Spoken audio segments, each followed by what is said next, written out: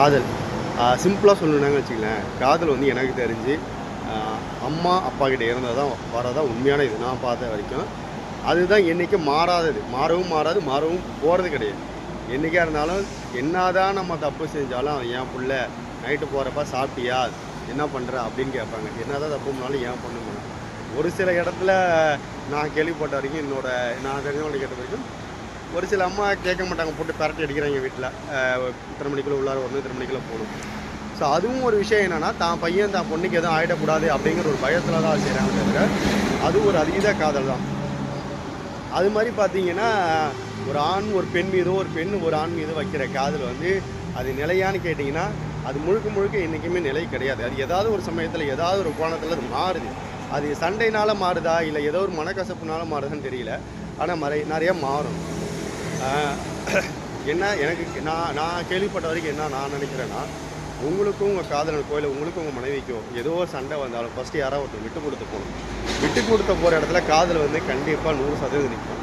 விட்டே கொடுக்காத இடத்துல கண்டிப்பாக அங்கே காதல் கிடையாது. அதில் ஈகோ, சுயநலம் மட்டும்தான் இருக்குது. காதலில் சுயநலம் இருக்கலாமா? கண்டிப்பாக இருக்கலாம். ஏன் சுயநலம் இருக்கலாம்னா, அவன் எனக்கானவன் எனக்கு உரியவன்கிற சொல்கிறது காதலோட உரிமை. ஏன் எனக்கானவன் எனக்கு உரியவன் சொல்கிறதுனா, அந்த காதல் அதை தான் எதிர்பார்க்குறது. நீ எனக்கு மட்டும் இருக்கணும்னு தான் அந்த காதல் எதிர்பார்க்குறது. உன்னை வந்து பொது வெளியில் நான் இது பண்ண முடியாது, நீ பொது சொத்து கிடையாது, எனக்கான சொத்து அப்படிங்கிற மாதிரி தான் சொல்லுது. இன்னொரு விஷயம், நல்லா ஒரு விஷயம் தெரிஞ்சுக்கிட்டிங்கன்னா, நீ எப்படி இருந்தாலும் ஏற்றுக்கிறேன் அப்படிங்கிற ஒரு காதலும் இருக்குது. நீ இப்படிலாம் இருக்கணும், அப்படியே தான் எனக்கு பிடிக்கும் அப்படிங்கிற காதலும் இருக்கும். ஸோ காதலுக்கு வந்து விட்டு கொடுத்தல் போகிறது வந்து மிக மிக முக்கியம். விட்டு கொடுக்கணும்.